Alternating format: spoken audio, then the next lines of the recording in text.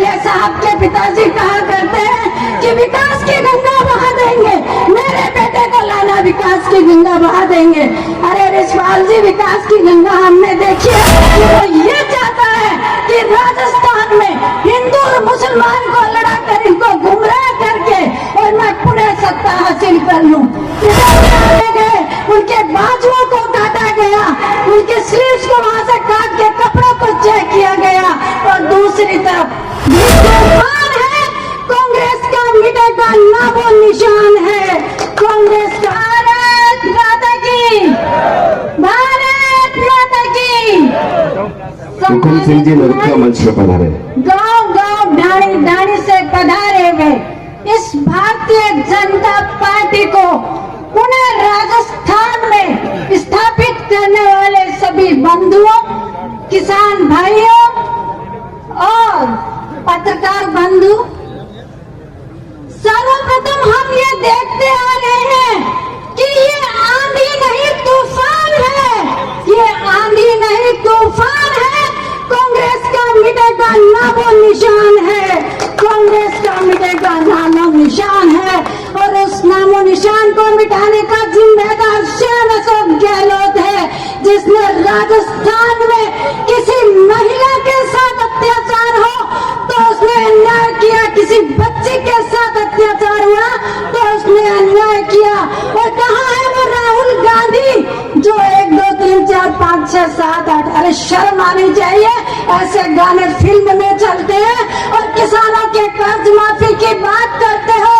ना नौकरी है, ना बेरोजगारी भत्ता है और फर्जी चाहिए तुम्हें सत्ता है। किस बात की फर्जी सत्ता लेना चाहते हो? अब ये जनता जाग चुकी है, अब ये राजस्थान जाग चुका है। बंधुओं, मैं बताना चाहती हूँ, आज से 2 3 दिन पहले भी मैं सीकर मैंने देखा, लक्ष्मणगढ़ मैंने देखा, वहाँ ये एक राजस्थान में लहर बन चुकी है कि हमें पुनः राजस्थान में भारतीय जनता पार्टी का कमल खिलाना है, भारतीय जनता पार्टी को सत्ता में लाना है। क्योंकि ये जो इंजन है ये राजस्थान से होके निकलेगा और दिल्ली में 2024 का ताज पहनाएगा।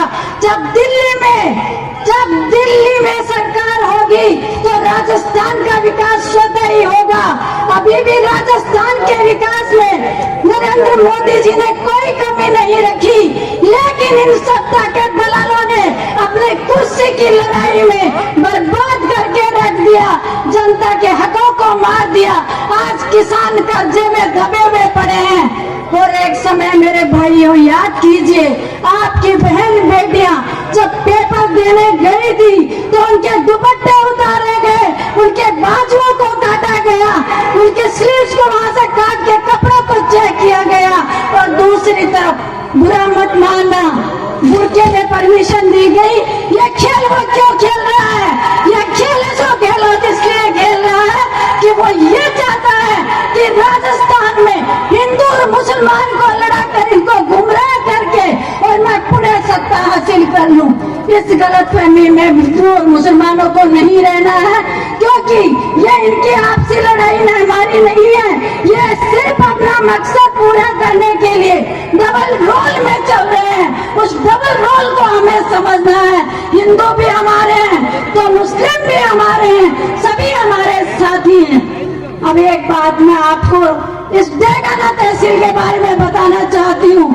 हमारे एमएलए साहब के पिताजी कहा करते हैं कि विकास की गंगा बहा देंगे, मेरे बेटे को लाना विकास की गंगा बहा देंगे। अरे रिछपाल जी, विकास की गंगा हमने देखी है बारिश के मौसम में, डेगाना में देखी है, जहाँ से निकलना मुश्किल हो गया। मेरे खुद के वार्ड में रोड बनाई थी, ऐसी मिट्टी की रोड बनाई कि वो उद्घाटन से पहले उसके पर खत से उड़ गए। ऐसा क्या विकास जिससे आपने अपनी बोरियां भर ली? ऐसा भ्रष्टाचारी तंत्र आपने पैदा किया। आप अब कह रहे हो कि हम दूसरी जाति का तहसीलदार और जातिवाद की बात नहीं है। बंधु, गहराई से सोचना वो क्या चाल चल रहे हैं। मैं दलित बंधुओं को भी, एससी समाज को भी कहना चाहती हूँ कि 4 साल में आपका तहसीलदार वो क्यों नहीं लाए? आज उनको आपका तहसीलदार कैसे याद आया? इस बेटा परिवार के बारे में जो ये रिछपाल जी की चाल है, जो ये विजयपाल मिर्जा की चाल है, इस चाल को समझिए, क्योंकि हमारा लक्ष्य अर्जुन की आंख, अर्जुन को चिड़िया की आंख दिखती थी, वैसे हमारा लक्ष्य भारतीय जनता पार्टी है। इस सनातन धर्म को जीवित रखना है तो भारतीय जनता पार्टी को लाना होगा, और जब ये भारतीय जनता पार्टी आएगी तभी हमारी सारी समस्याएं हल होंगी। भीलवाड़ा में उस बच्ची का क्या कसूर था जिसके साथ एक पूरी तरह से रेप किया गया और उसके बाद में उसको मारने की कोशिश की गई।